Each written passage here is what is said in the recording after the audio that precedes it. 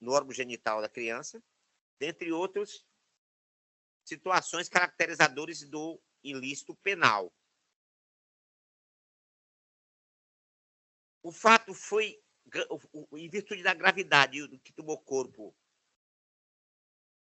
a conduta, hoje investigada criminosa, foi levada ao conhecimento do Conselho Tutelar a profissionais que pudessem aferir a manifestação da criança. E, nesse aspecto, a genitora da menor pontuou fatos concretos que utilizado pelo magistrado de primeiro grau para chegar a uma conclusão. Da mesma forma, a avó da criança também narrou, não é o fato de pessoas estar próximo, familiares da vítima, o fato não é este, mas o fato é que esse tipo de ilícito, ele, de fato, fica muito na clandestinidade. Mas, muito embora aqui o acusado e a criança, quando muito acontecia e reclamos dela, estavam numa clandestinidade, isolados, mas a coisa ganhou um corpo, pelo que é dito aqui na prova, que as pessoas passaram também a notar que o comportamento do cidadão acusado estava inadequado e, por isso, buscou-se essa persecução criminal que chegou a essa conclusão. A psicóloga da criança, ela disse que nega a possibilidade de relatos ditos pela vítima sejam falsos, afirmou que durante as sessões a criança sempre relata os abusos da mesma maneira, assevera que a criança é muito inteligente e, em relação ao genitor, ela demonstra aversão. Contou que ela disse que o acusado mente, aperta seu braço, discute com sua mãe, razão pela qual não gosta de vê-lo. Relatou que a vítima evita e foge do assunto relacionado aos abusos sexuais. Embora ela não reconheça o fato como imoral, como foi dito pelo advogado, doutor Eduardo. Mas o relato da psicóloga, ela ganha fundamento e ganha legitimidade muito grande para converger, que ela ganha conversão e harmonia com os relatos das demais pessoas da convivência da criança. Nós entendo que a decisão tomada pela então juíza doutora Maria Ilna Lima de Castro, ela tem respaldo natural na prova e, nesse sentido, e sem me alongar nos depoimentos aos quais eu procurei fazer uma abordagem sucinta, mas objetiva, para levar à conclusão da magistrada pela procedência da denúncia, o Ministério Público compreende, defende que o recurso tem que ser conhecido, mas improvido, mantendo-se a decisão de primeiro grau. É nesse sentido, excelência, que eu me posiciono. Obrigado, doutor Edolímpio. Devolvo a palavra à eminente relatora. Obrigado, presidente. Novamente, cumprimento a todos. Peço autorização para a leitura resumida do projeto de emenda. Caiu total. Estupro de vulnerável. Apelação criminal. Curso da defesa. Sentença condenatória. Pedido preliminar de nulidade. Alegativa de que o decreto condenatório se baseia tão somente em elementos informativos do inquérito policial e na observância do artigo 155 do Código de Processo Penal. Inocorrência. Elementos obtidos no inquérito policial corroborados pela prova judicializada. Validade para fundamentar a condenação. Pleito de absolvição por insuficiência de prova. Não acolhimento. Sentença prolatada em harmonia com os elementos de prova colhidos durante a instrução processual. Declaração da vítima em sede inquisitorial, que é aliada aos demais elementos probatórios, evidencia a prática do crime sexual. Materialidade e autoria devidamente comprovados. 2003, correta. Recurso conhecido, não provido. É com o voto do presidente.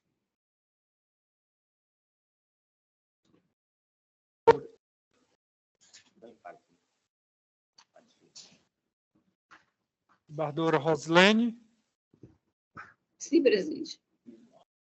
Voltou, porque teve um instantezinho que parou o som. Só o final. Autoria, materialidade e autoria devidamente comprovados. 2003, correta. Recurso conhecido e não provido. A partir daí? Então, pronto. Concluiu. Obrigado, desembargadora. Como vota a eminente desembargadora Andréia? Obrigada, senhor presidente. Eu ratifico meu voto provisório, acompanho a eminente relatora. Desembargadora, obrigado. Desembargadora Ângela. De igual forma, excelência. Obrigado. Então, a unanimidade, recurso conhecido e não provido. Obrigado a todos, que Deus os abençoe. Obrigado, doutor. 4.61, apelação 00-301-3182. Apelante JFDSF, advogado doutor Luiz Felipe Rodrigues de Lima, da relatoria da desembargadora Rosilene Ferreira. Está em mesa, desembargadora? Sim, presidente. O doutor Luiz Felipe se encontra na sala. Doutor Luiz Felipe. Estou presente. Luiz Felipe, possamos já passar a palavra ao senhor? Podemos. Então, já concedo a palavra, Vossa Excelência, para a sua sustentação oral, sem dizer da satisfação de tê-lo aqui conosco, que vai enriquecer, com certeza. Obrigado, Excelência. Inicialmente, gostaria de cumprimentar o novo presidente desta Câmara e, de igual forma, faço aos demais eminentes julgadores componentes, tanto da turma julgadora desse feito, quanto os novos componentes dessa egregia Câmara Criminal. Saúdo a todos. Quero também aqui estender as minhas saudações à Procuradoria de Justiça, bem como aos nobres colegas advogados que aqui estão presentes. O que se devolve ao Egrégio Tribunal de Justiça é matéria que foi vinculada no recurso de apelação criminal, cujo qual foi interposto contra uma decisão prolatada, proferida pelo magistrado da comarca de Biapina, Ceará, na qual sentenciou o recorrente a pena de 16 anos e 1 mês de reclusão. Doutos julgadores, inicialmente eu gostaria de lhes informar, que serei muito breve aqui nas minhas ponderações orais, nas quais eu trago em forma de complemento as razões outrora já protocolizadas nos autos processuais. Pois bem, Excelência, em que pese a composição... Pois não? Estão me ouvindo? Estamos ouvindo bem. Perdão, porque eu ouvi aqui uma interpelação aí. Eu vou proceder, vou continuar. Perfeito. Excelências, em que pese a composição factual já vergastada no apelo recursal, eu vejo aqui a necessidade de apontar aqui alguns assuntos que vejo relevante para ensejar aqui na manutenção da sentença vergastadas. Conforme foi possível observar nos autos processuais, o acusado foi imputado do crime de estupro de vulnerável contra 2 vítimas, nas quais restou definitivamente comprovado ter havido a relação sexual, inclusive o próprio acusado confessou a prática delitiva que se deu de forma consensual. Logo, a defesa não reserva margens para sustentar mais teses além das já transcorridas e debatidas no pleito reformatório com relação ao erro de tipo. Todavia, Excelência, o fato de sobreviver à condenação com relação à segunda vítima, que decorre do Francisco Elias de Araújo, é fato que merece debate e atenção do que será apresentado. As folhas 42 e 45 dos autos processuais foi apresentada peça acusatória, que de forma muito genérica, à época narrou que o recorrente teria também praticado atos com este outro, cujos fatos consistiam em ter assediado por diversas vezes quando tomava um banho. Na sentença vergastada, que está as folhas 150 e 161, mais precisamente as folhas 155, o nobre magistrado ele transcreve o depoimento da vítima, detalhando o que ela respondeu ao Ministério Público, ao ser questionada em audiência, se havia sido praticado algum ato sexual contra ela, onde a mesma afirmou o seguinte, Excelência. Peço até devida venha para ler o que a vítima relatou em seu depoimento, que disse o seguinte: ele só quis pegar em mim mesmo, que o acusado foi atrás de mim. Portanto, Excelências, evidencia que o acusado não chegou a realizar nenhum ato, e ainda que esse ato fosse libidinoso contra a vítima Francisco, e ainda que fosse qualquer ato, foi apenas ato libidinoso contra Francisco Elias, não houve nenhum fato de se imputar de conjunção carnal. É importante salientar, Excelência, que o mesmo crédito de fala alinhado na sentença pelo magistrado de juiz Acó também foi ponderado em memoriais escritos pelo MP, tendo utilizado a mesma frase para requerer a condenação do acusado no crime de estupro, com relação à vítima Francisco Elias. Frase que consistia apenas no seguinte relato: no açude o réu quis pegar em mim, mas eu consegui fugir. Veja que não houve a conclusão do fato, não houve a consumação. Dessa forma, o que a defesa busca não é a impunidade, mas a aplicação correta da lei. Pois a própria vítima, ela relatou que não houve nenhum fato contra a sua pessoa. E é importante também asseverar aqui dos autos processuais que, ainda assim, foi carente de laudo e exame de corpo de delito, situação a qual não existe fundamento suficiente para manter a condenação do réu com relação à vítima Francisca Elias, sendo patente, Excelência, a necessidade de absolvição do acusado na forma do artigo 386, inciso 5 do Código de Processo Penal. Primeiro, por não haver provas do réu ter concorrido para a infração penal. E, em caso diverso, requer a absolvição do acusado na forma do artigo 386, inciso 7 do mesmo diploma legal, pois não existem provas suficientes para manter a decisão da condenação. De outra forma, Excelências, manifestado pelo amal debate, e caso Vossas Excelências entendam ter havido a prática de algum delito em relação à vítima Francisca Elias, eu peço que considerem as falas da própria vítima, onde a mesma relata ao magistrado, inclusive o próprio magistrado reduziu a termo em sua sentença a frase já citada. E peço até licença aqui para ressaltar o artigo 14, inciso 2, na qual traz a condição de delito tentado, né?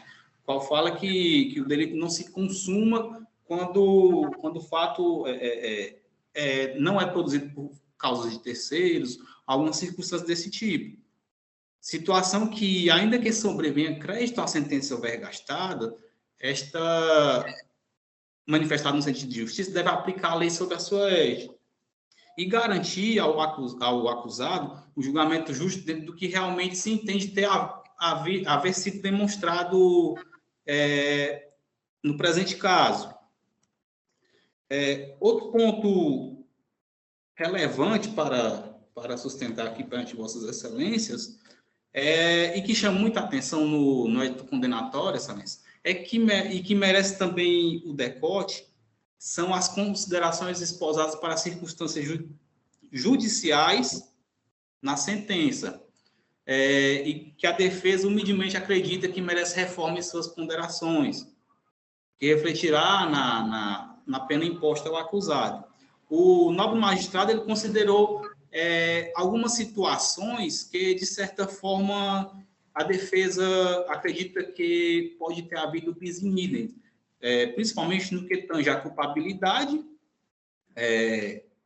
da conduta social e das circunstâncias do crime, o qual o magistrado utilizou praticamente as mesmas ponderações para majorar, para aumentar a pena base, na qual já partiu dos 9 anos para cada delito.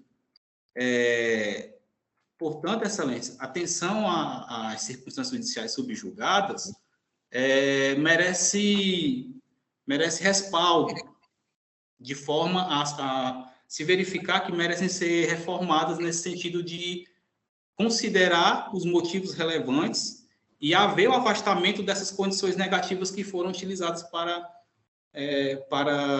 as circunstâncias judiciais. E, por fim, eméritos julgadores, é importante ponderar que na decisão vergastada, o nobre magistrado também, no momento de fixação da pena, ele utilizou tanto do concurso de crime, né? Ele utilizou do concurso de crime e do concurso material, utilizando da exasperação da pena e depois para somar as penas aplicadas. Dessa forma, a decisão vergastada ela merece também atenção nesse sentido, de ser aplicado não somente o concurso de crime continuado, apenas isso, não havendo que considerar o concurso material. Dessa forma, Excelências, encerro aqui a presente sustentação e não faço sem antes consignar meus agradecimentos pela oportunidade de falar esse colegiado cearense.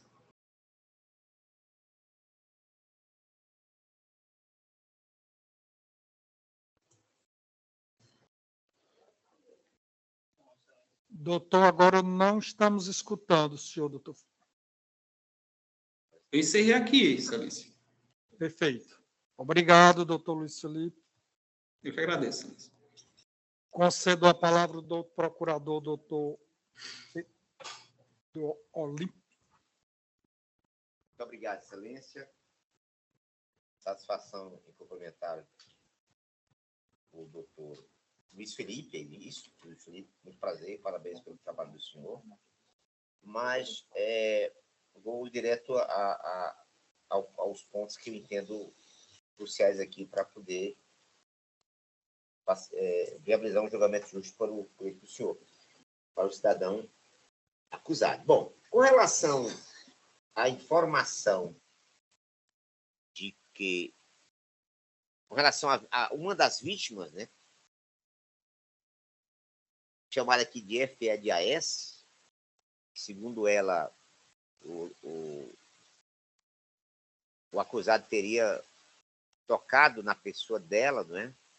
Aí, e que essa situação não configuraria o ato libidinoso, mas há de convir que, em interrogatório, o acusado, ele, dando relatos de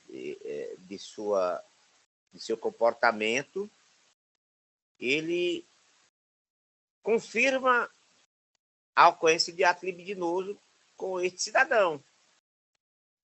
Não no contexto continuado como em relação a outra vítima. Mas ele claramente diz o seguinte, com brevidade, que trabalha na agricultura, que conhece a vítima PV há muito tempo, eu moro perto dos 50 metros, que a vítima PV procurava o interrogado, que o vítima PV chamava o interrogado, que a vítima PV pedia para fazer sexo com o interrogado, que o interrogado realizou condição carnal e oral com a vítima PV. Eu me estendo um pouquinho mais adiante com relação à vítima que ele chama aqui FEDAS, que só pegou nas partes íntimas do interrogante. Então, esse comportamento libidinoso não fica difícil de afastar o comportamento criminoso do cidadão acusado, até porque está confessado por ele em harmonia com o relato desta vítima.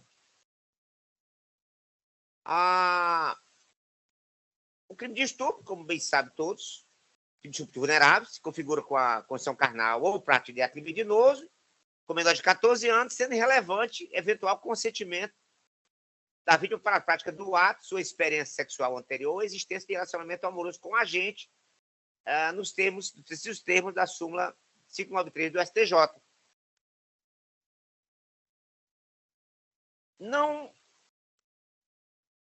me parece que, quanto a esse aspecto, não vejo, da análise que fiz, e com mais precisão com relação à segunda pessoa ofendida pelo comportamento inadequado do recorrente e a manifestação dessa vítima em harmonia com a sua própria relato judicial, leva à conclusão de que existem realmente dois menores violados sexualmente por esse cidadão.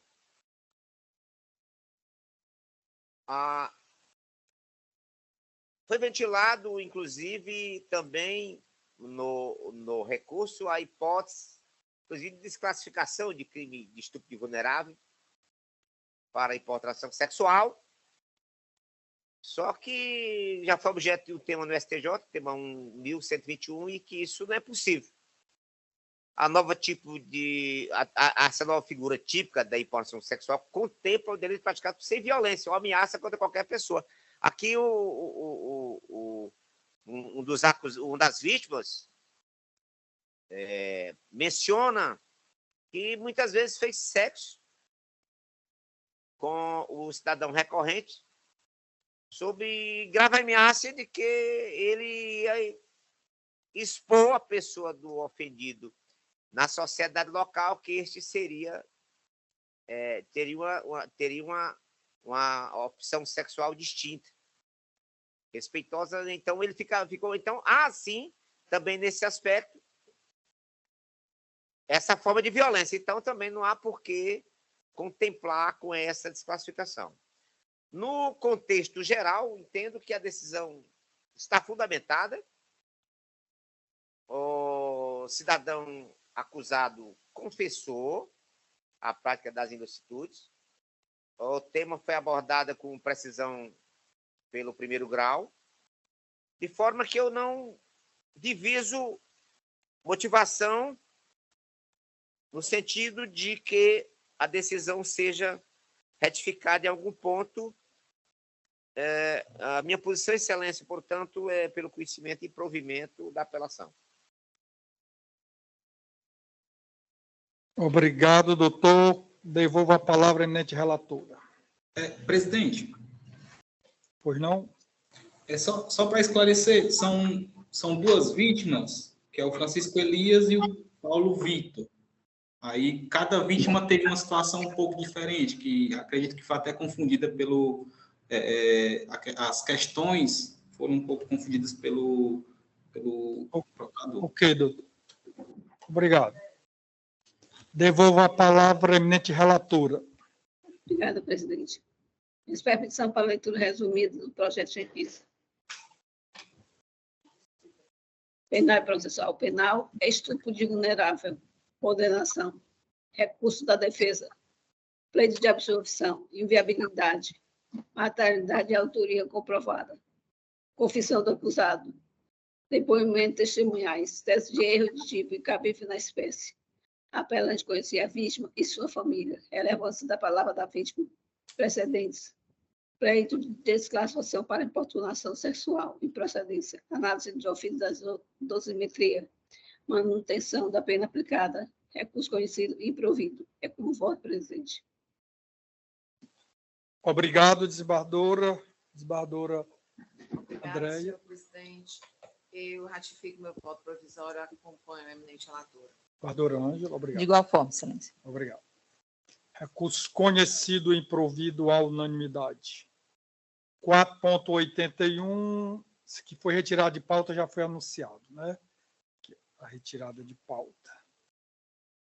4.123, apelação, 1000 ao contrário, 059-59, da relatoria da eminente desembargadora Ângela Tereza Gondim Carneiro Chaves. O doutor Tiago se encontra? Em mesa, Excelência. Agora, eu gostaria que Vossa Excelência indagasse a ele, já que o resultado foi favorável. Né? Perfeito.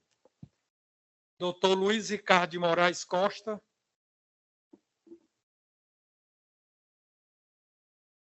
Boa tarde, Excelências. Boa tarde, doutor. Tudo bem com o senhor, doutor Ricardo, Luiz Ricardo? Tudo bem, graças a Deus. Com a graça de Deus. Aqui, pelo sistema, nós estamos vendo aqui, como o senhor sabe, é disponibilizado o voto provisório e ratificado aqui em plenário ou não, a pretensão foi atendida, conhecido e provido, declarando a edição da punibilidade do recorrente. O senhor vê necessidade de sustentação oral, doutor Luiz Ricardo? De maneira alguma, Excelência. Aproveito apenas o ensejo para parabenizar pela pauta extensa e passei amanhã aqui tendo uma verdadeira aula com Vossas Excelências. Muito obrigado, doutor Luiz Ricardo. Está no Cariri, doutor Luiz Ricardo?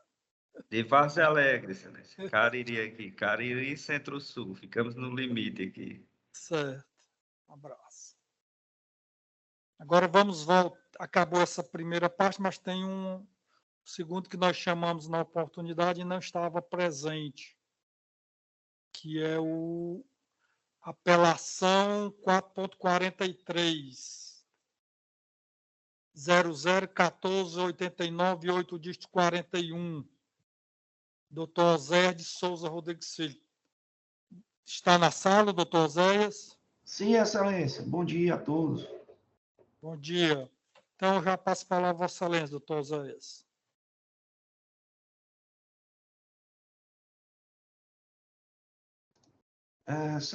Excelentíssimos senhores, desembargadores e desembargadoras que compõem a terceira Câmara Criminal do Egrégio Tribunal de Justiça do Estado do Ceará. Cumprimento também o doutor Procurador de Justiça, todos os advogados que estão presentes a essa sessão.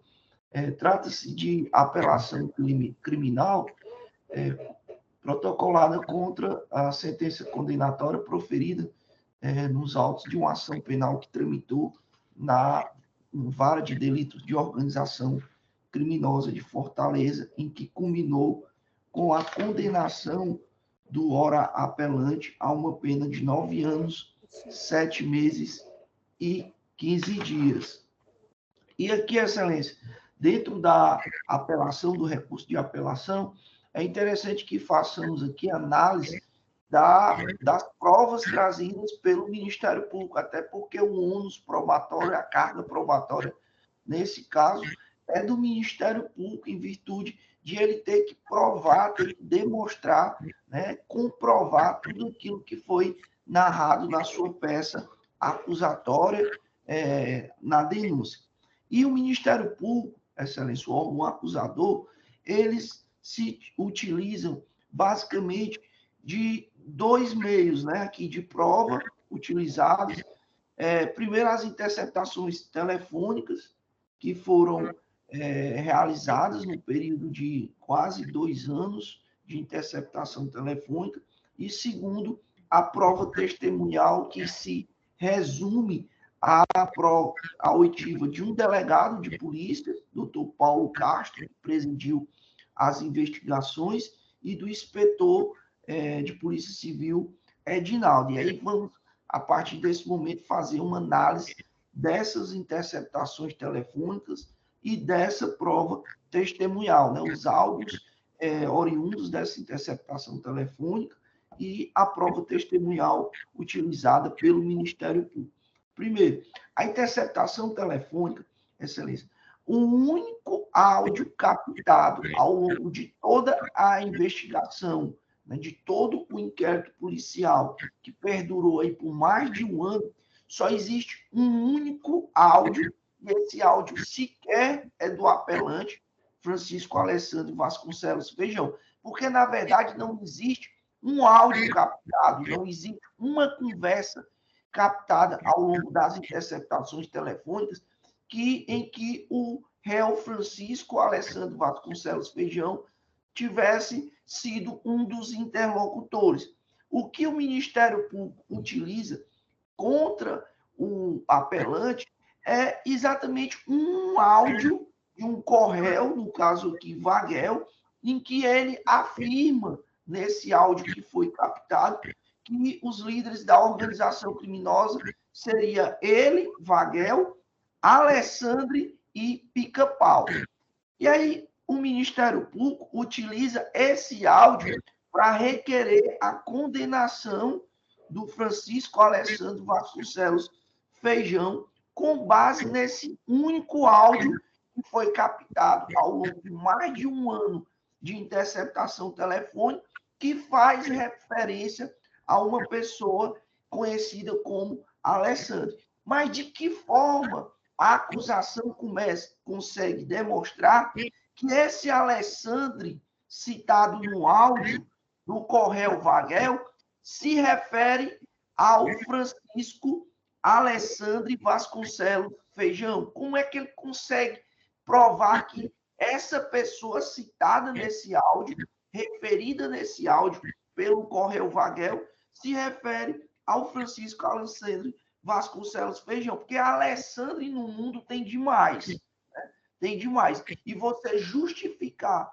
a condenação de uma pessoa baseada em um áudio em que se faz uma mera referência a Alessandro e dizer que o Alessandro é o Francisco Alessandro Vasconcelos Feijão, eu entendo que seria muito temerário, porque qualquer Alessandro poderia estar sendo condenado pela prática desse crime. O segundo ponto, Excelência, trazido pelo Ministério Público, pelo órgão acusador, é a própria prova testemunhal, tanto da oitiva do delegado que presidiu as investigações, como do inspetor de polícia civil. E eu participei da instrução e fiz diversas perguntas, tanto ao presidente do inquérito como ao inspetor.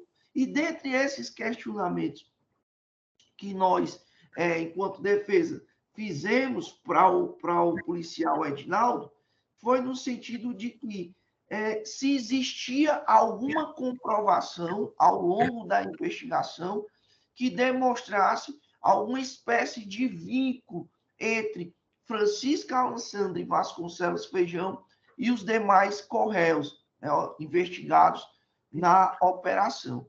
E ele é categórico, o Edinaldo, de dizer que não há nenhum elemento de informação, nenhum elemento de investigação que possa relacionar, ou que possa, de uma certa forma, mostrar que houvesse um envolvimento do Francisco Alessandro Vasconcelos Feijão com os demais réus, os demais correios ali da investigação. O outro ponto que foi questionado pela defesa era se existia algum elemento de investigação capaz de demonstrar que Francisco Alessandro Vasconcelos Feijão é conhecido por Irmão Grande. E aí o delegado traz essa informação de que o Francisco Alessandro Vasconcelos Feijão é conhecido por Irmão Grande. E eu perguntei ao delegado, e ele disse o seguinte, que ele é conhecido dessa forma, mas não tem como provar. Se não tem como provar isso, como é que o magistrado colegiado vai utilizar uma prova dessa que sequer é capaz de demonstrar que, de fato, ele fosse conhecido por Irmão Grande? Como é que eles vão utilizar isso para uma condenação? E quando aqui a gente fala de prova, Excelência, a sentença condenatória, ela chega a inovar quanto ao ônus probatório, né? Porque lá na sentença condenatória, eles destacam o seguinte, abre aspas, saliento aqui que, embora os réus tenham apresentado suas negativas em juízo, nada eles trouxeram para provar tais alegações. Mas de quem é o ônus probatório? De quem é a incumbência de provar? Provar que o Francisco Alessandro Vasconcelos Feijão era integrante de uma organização criminosa? Do Ministério Público. É ele o órgão acusador. E na sentença, o colegiado entende que é o ônus da prova a defesa demonstrar que ele não é integrante de uma organização criminosa. Uma espécie de inversão do ônus da prova, né? Lá como se fosse o Código de Defesa do Consumidor, a inversão do ônus da prova, agora passou a ser da defesa e não mais da acusação, ferindo, Excelência, o que dispõe lá no artigo 156 do Código de Processo Penal. A prova incumbirá a quem fizer. E no processo penal, a prova incumbe ao órgão acusador, Ministério Público, que traz a sua denúncia, a sua peça acusatória, e ao longo da instrução, ele tem que demonstrar, tem que comprovar que tudo aquilo que foi narrado na sua peça acusatória é realmente verdade. E aqui, esse ônus probatório, ele acaba sendo invertido, e essa inversão, ela é trazida na própria sentença que condena o ora apelante. O segundo ponto, Excelência, que é objeto da nossa sustentação e também da nossa peça de apelação, é o redimensionamento da pena, certo? Na primeira fase, nas circunstâncias judiciais, do artigo 59, primeiro, o colegiado fez uma análise de forma genérica.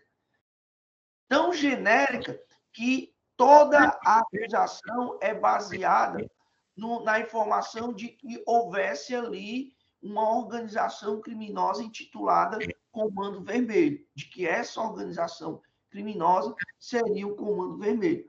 E, ao fazer a análise lá do artigo 59, dentro da culpabilidade, o juiz, o colegiado, indica que haveria um grau de culpabilidade elevado, tendo em vista que eles eram integrantes do PCC. Ora, a própria acusação narra que havia ali uma organização criminosa intitulada Comando Vermelho.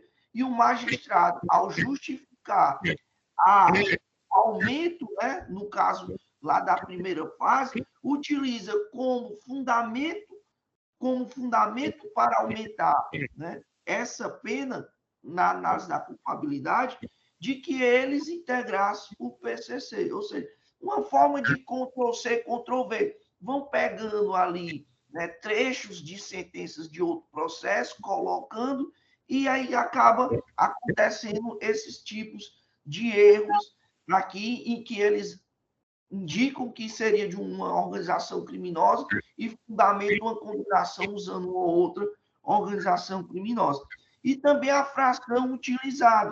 Lá na análise do artigo 59, são 8 circunstâncias judiciais, um entendimento firmado, né, a nível tanto de tribunais superiores como do próprio Tribunal de Justiça, é de que a fração que deve ser utilizada é a de 1/8.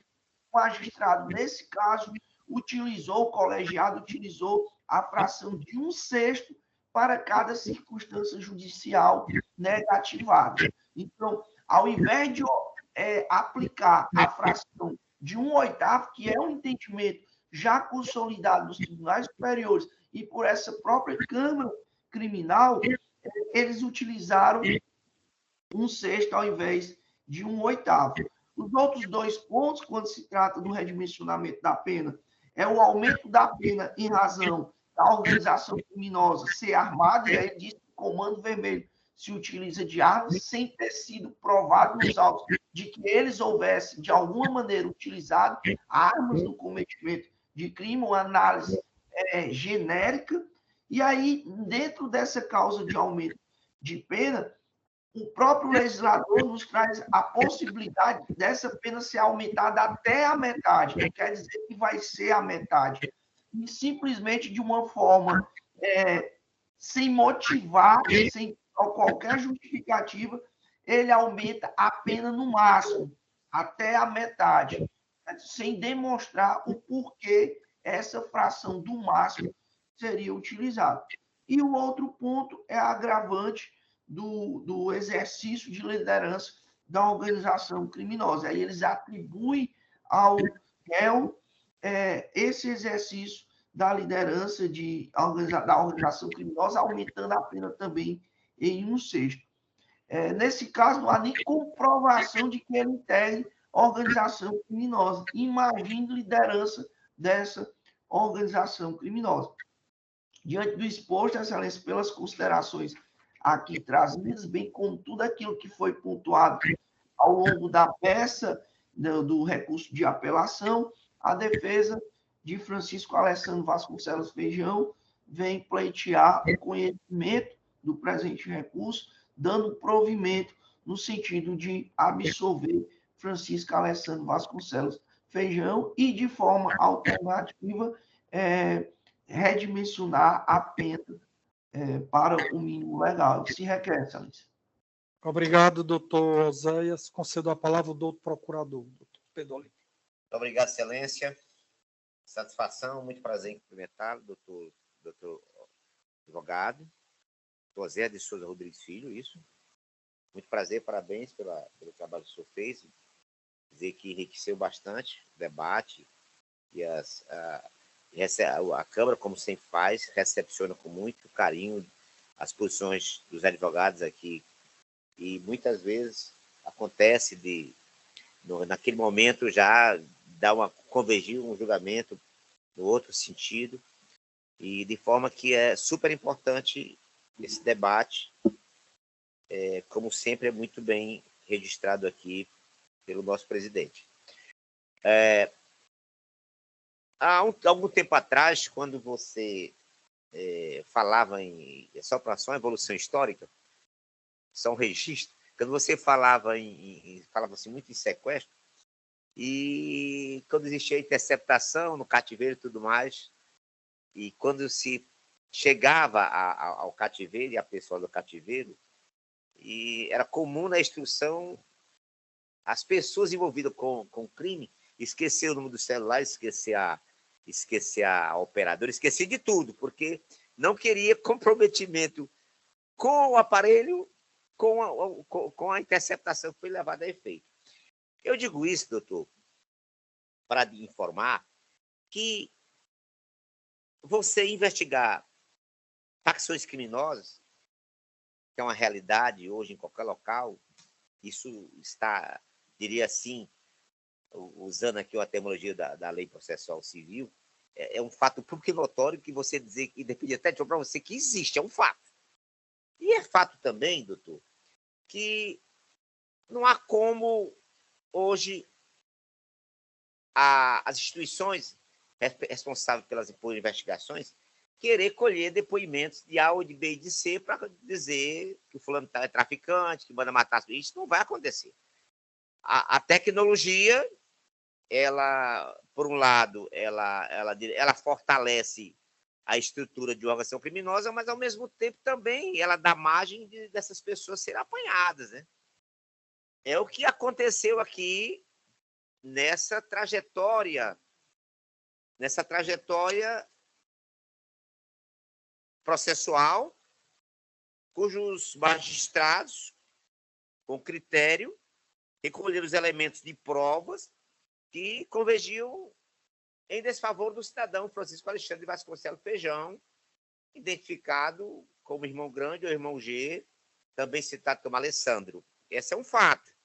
E foi pontuado a questão, foi registrado a interceptação, muito bem pelo senhor, porque, de fato, nessa interceptação, ele é consultado a respeito de um problema envolvendo pessoas da comunidade. E ele teve que intervir para evitar uma situação mais gravosa. Isso está inserido muito bem aqui, e me permita rapidamente, senhores desembargadores e desembargadores, Francisco Wagner Xavier, vulgo Wangel, recebe a reclamação de um morador do bairro em que exerce seu poderio e que este morador estaria sendo incomodado. Na ocasião, Wangel afirma que resolveria a situação citando expressamente o Paulo Henrique, à frente do Comando Vermelho, no bairro Parque Santo Antônio, e Francisco Alexandre de Vasconcelos, irmão, como quem divide a influência da região. Daí porque, quando dá sanção, o magistrado, na verdade, procurou, negativou tal circunstância, em razão de que, todos nós sabemos, que normalmente, por essas lideranças, passam muitas vezes verdadeiras sentenças de morte. Né? É um fato que não dá para poder a gente deixar à margem de uma citação. Bom, aí nós não podemos, em hipótese alguma, em situações como estas, e tratando, diria assim, de tipo de acusados que merecem todo o respeito da lei e todas as garantias constitucionais, e aqui não foi diferente, mas também nós não podemos deixar de colher informações precisas de um delegado de polícia, que conduziu inquérito, que prestou esclarecimentos minuciosos, que prestou compromisso legal, e ele, por óbvio, relatou com precisão o que estava a ocorrer lá na cidade em que essas pessoas atuavam, mais especialmente nas comunidades. Da mesma forma, e nisso, a exposição do Dr. Paulo Vicente Ribeiro de Castro, que concluiu o inquérito, ele valorou, legitimou mais a prova, as ativas dele fizeram convergência com as interceptações levadas a efeito, até porque, quando se falava nas interceptações, ele complementava o dado para para que levasse os juízes da vara especializada a chegar a uma citação conclusiva dessa realidade. Da mesma forma, o Edinaldo de Melo Nascimento também, policial, que prestou o seu relato, contribuiu com informações que acrescentou aos dados da fase de investigação preliminar. Então, as ponderações, a decisão dos magistrados, do juiz especializado, ela não retratou uma visão inquisitorial preliminar, ela na verdade, ela retratou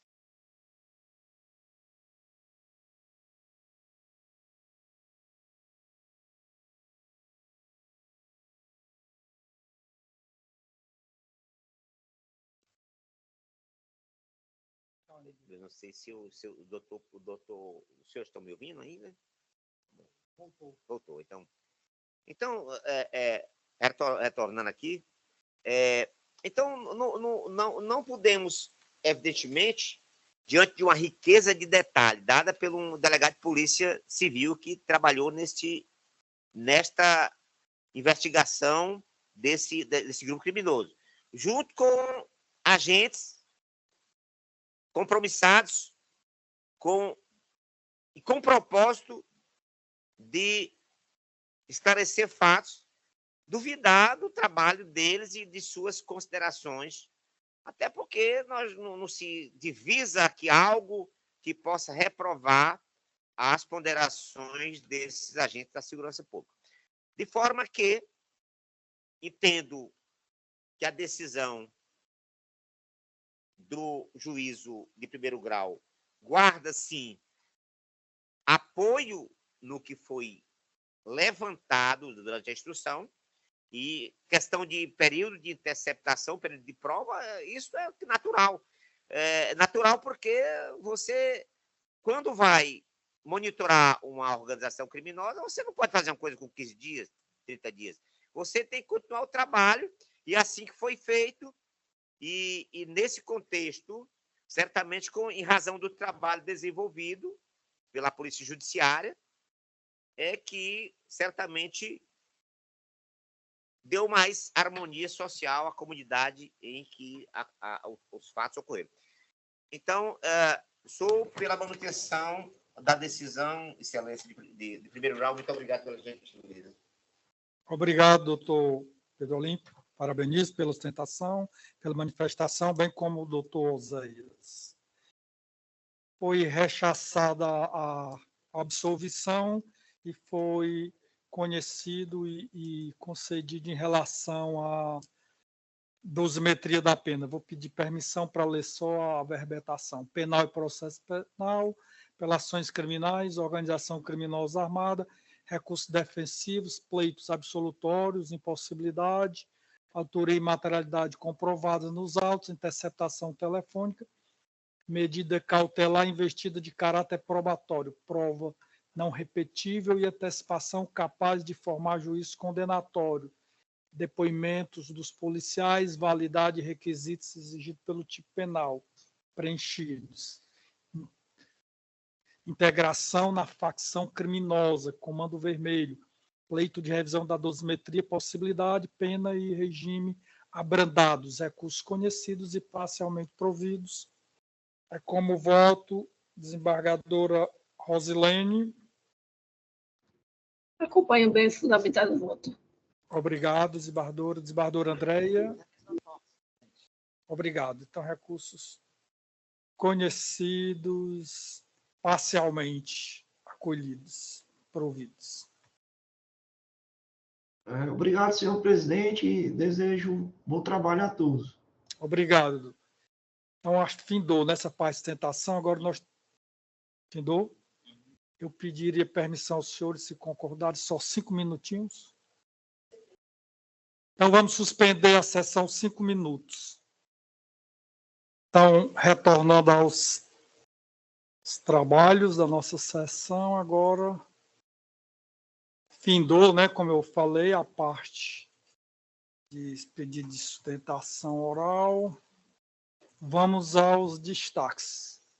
3.40, isso aqui que foram adiados, aí eu vou ler só para fazer a confirmação para efeito de registros. Hã?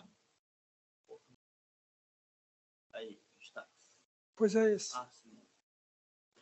HC 3.23, HC 062-53-15-36, a desembargadora Rosilene. Confirma, desembargadora? Confirmo, presidente. Adiado. 3.41, conflito de jurisdição, 1000 ao contrário, 99.0, dígito 18, da desembargadora Marlúcia. Confirma, desembargadora? Confirmo. Obrigado. Confirmo. 3.42, embaixo de declaração 062-2426, dígito 12, da desembargadora Marlúcia. Confirma? Sim, confirmo. Adiado. 4.3, apelação 00628241-2012, da desembargadora Rosilene. Retirado de pauta, desembargadora? Confirmo, presidente. Obrigado. 4.7, agravo em execução 074-79-304, adiados. Confirma, desembargadora Marlúcia? Sim.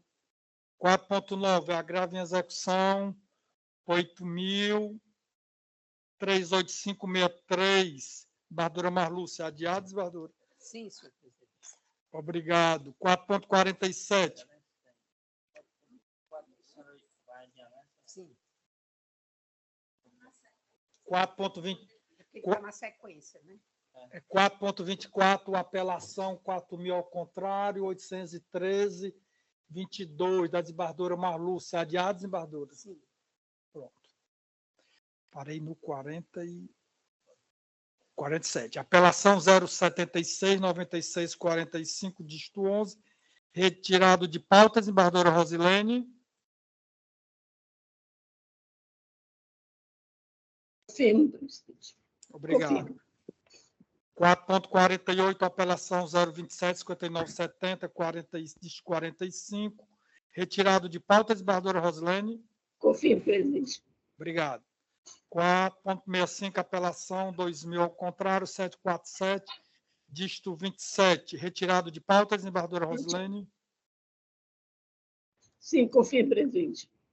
4.69, apelação 00-503-94, dígito 75, retirado de pauta, desembargadora Rosilene. Retirado de pauta. Confirmo. Obrigado. 4.75, recurso antidistrito 0062548, dígito 18, retirado de pauta, desembargadora Andréia. Sim, confirmo. Obrigado. 4.79. Recurso antidistrito 00-121-39-18, distrito 18. Retirado de pauta, desembargador Andréia. Sim, confirmo. Obrigado. 4.81, aquele que já foi retirado, já tem a manifestação. 4.84, recurso antidistrito 90.000, distrito 49. Desembargadora Andréia. Retirado de pauta, desembargadora? Sim. Obrigado. 4.90, apelação 020-9110, distrito 28, retirado de pauta, desembargadora Andréia? Sim, presidente.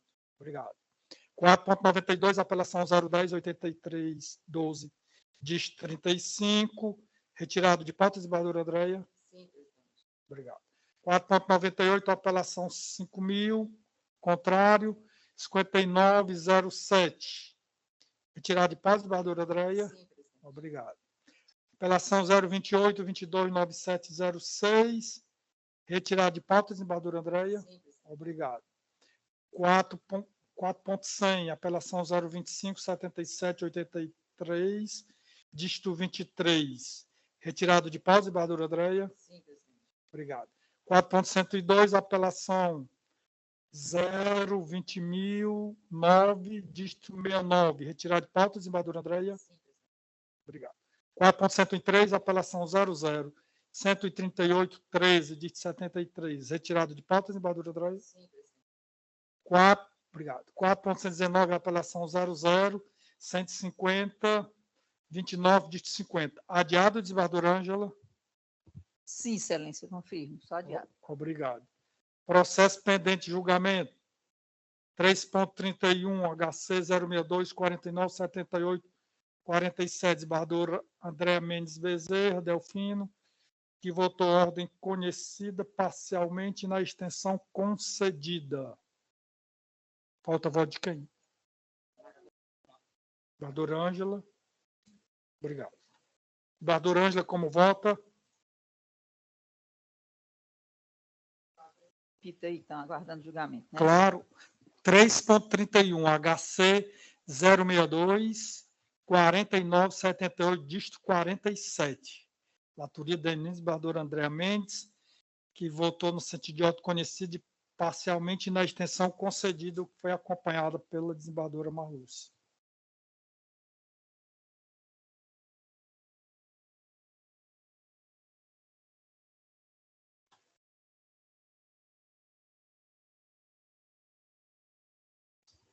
Não sei porque que eu não havia votado, eu acompanho.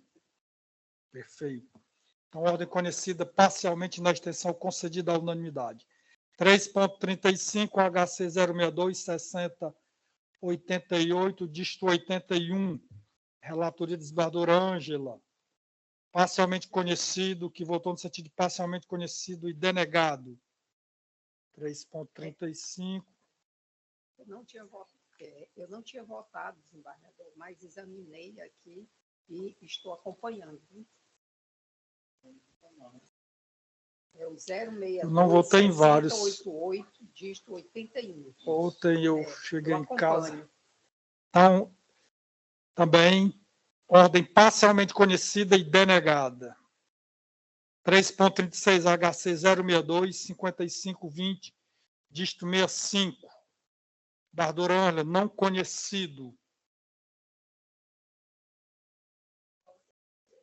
Comunicou comigo no chat O sobre... que é?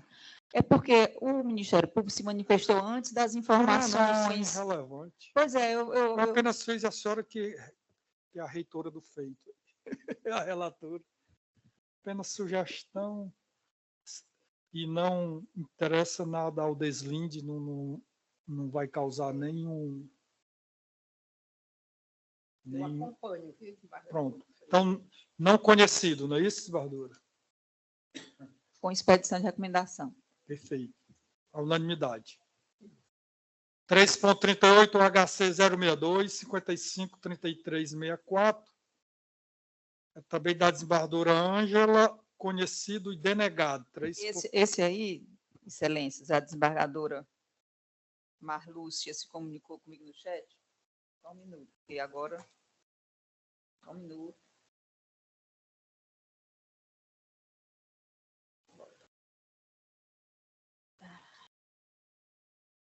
A desembargadora disse é tecnicamente É, primário, exatamente. natureza dos crimes. Ô, desembargador, diga de novo aqui, porque agora que eu tive que fechar, é o 062. 55, 33, dígito 64. Pronto.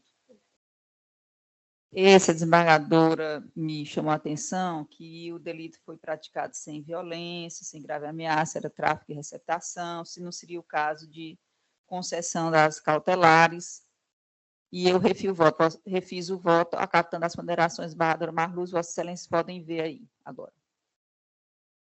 Não precisava nem ver, a senhora dizendo, a gente, claro que acredita.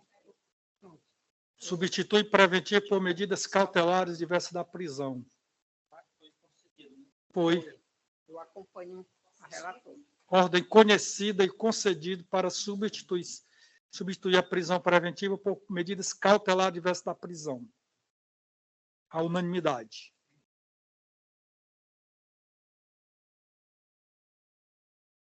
(3.39) HC 062, 596498.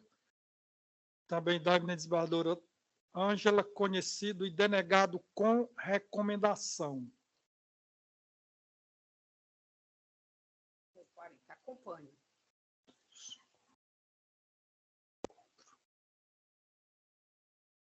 Não tem nenhuma observação.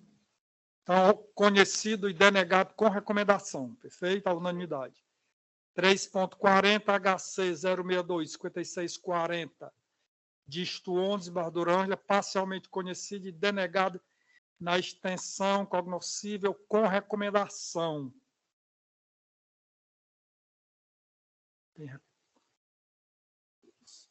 Dígito 11. Aqui tem uma observação, deixa eu ver o que foi. A observação foi da desembargadora Marlúcia.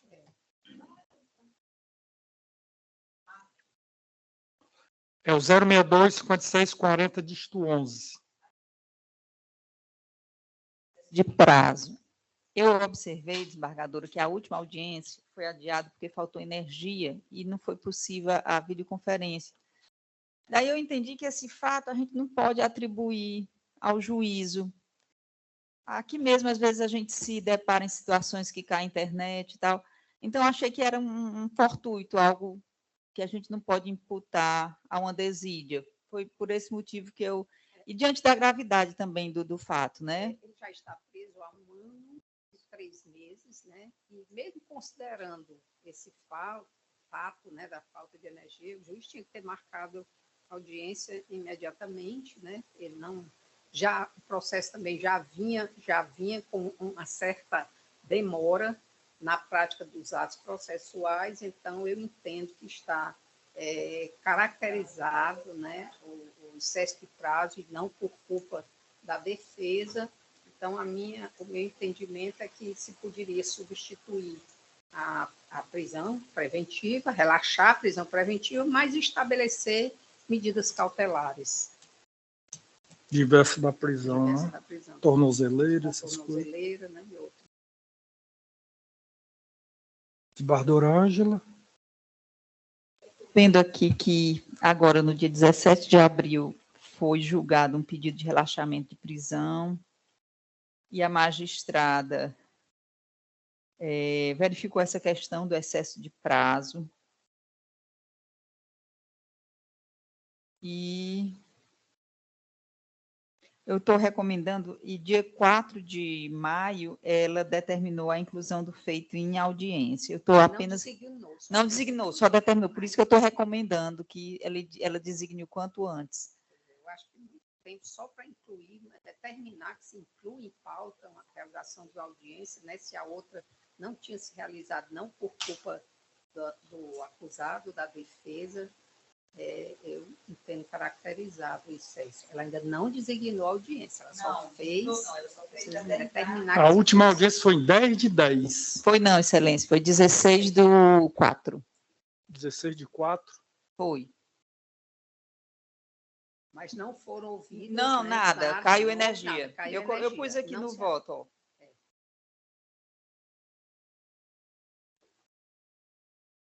Eu estou lendo aqui exatamente o que a senhora disse. Foi no dia 13 de abril, Na verdade, era para ter sido dia 2 de fevereiro, aí foi redesignado, eu disse errado, é 16 de março. Eu disse abril, mas é março. 16 de março. Era para ter sido em fevereiro, não houve, ela redesignou, a juíza redesignou logo para 16 de março. Aí ela disse que a SVU, secretária de Vara Única, né, por problemas técnicos operacionais dessa comarca, não foi possível a audiência. 16 de março. De março, eu disse abril, eu me equivoquei, era março. E é porque eu não tinha visto a outra parte.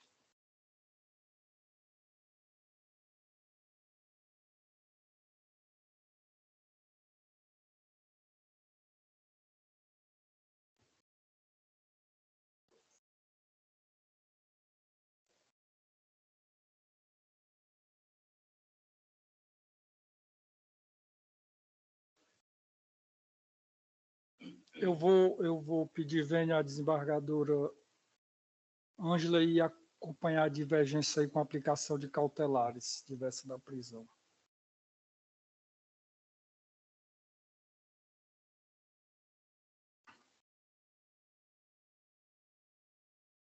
Quatro 4.24, apelação 000. Então, nesse caso, eu fui vencida e a desembargadora Marlúcia vai lavrar o acordo. Aplicação de cautelares diversas da prisão. 4.24, apelação. Já falei dessa, né? 4.88, apelação 024, 70, 87, dígito 88. Da desembargadora Andréa Mendes. Recurso que votou no sentido de recurso defensivo conhecido e provido, recurso do Ministério Público prejudicado. Certo, desembargador? Falta o voto de quem? Deve ser o meu, né? Mas eu me comuniquei, não? Engraçado, pensei que tivesse faltado. Desembargador, me perdoe. Peça que é isso. Repita aí o nome. 024, Sim. 70, 87, dígito 88. 024, 70, 87, dígito 88. Da vara... Tá aqui, desembargadora Andréa. Eu tinha colocado no chat, ó. Não, 87, 88? Isso.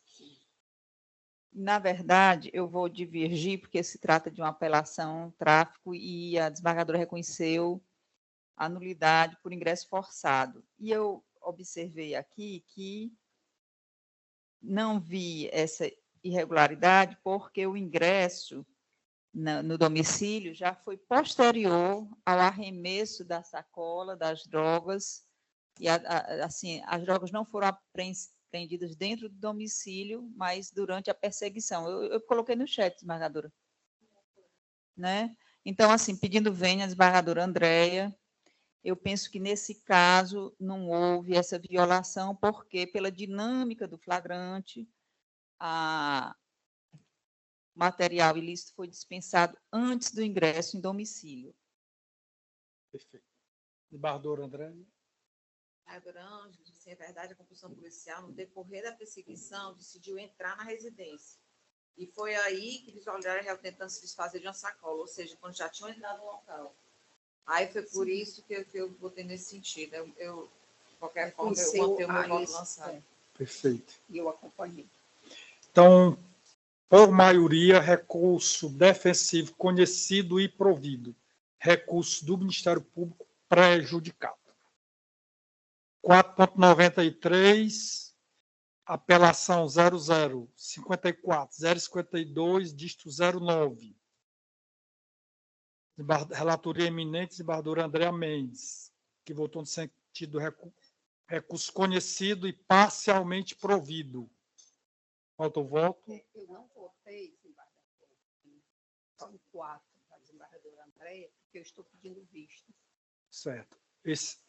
Os 4 seguintes, são. Então, pronto, pediu vista. 0054, 052, dígito 9, a desembargadora Marlúcia pediu vista. 4.95, apelação 0030-662, dígito 13. Também da desembargadora Andréa Mendes, que votou no sentido de recurso conhecido e parcialmente provida, a desembargadora Marlúcia pede vista. Certo, desembargadora? Certo. Se eu não disser errar, a senhora diz. 4.96, apelação 00.102.16, dígito 69, da desembargadora Andréa Mendes, que votou no sentido de recurso conhecido e parcialmente provido. A desembargadora Marlúcia pediu vista dos autos. 4.104, apelação 1.000 ao contrário, 710.83, da desembargadora Andréa Mendes, que votou no sentido de conhecido e desprovido. A desembargadora Marlúcia pediu vista. Perfeito, desembargadora? São os últimos. Acabou, Wellington, já? Ontem e hoje, pai, foi pesado. Eu até né? atrasei assim, a análise, né? Embora eu tivesse. Mas é porque essa semana foi. Foi quando é o último do mês. Junta com, Aí com a junta com sessão da essa. Câmara. E ainda tem o conselho da magistratura. Você ainda teve conselho? Mas eu vou, de vez em quando eu vou pedir a sua substituição. Porque...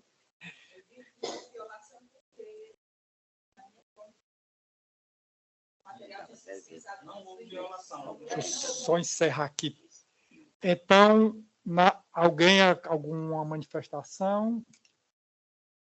Então, nada mais a acrescentar. Declaro encerrada a presente sessão, agradecendo a presença de todos e todas.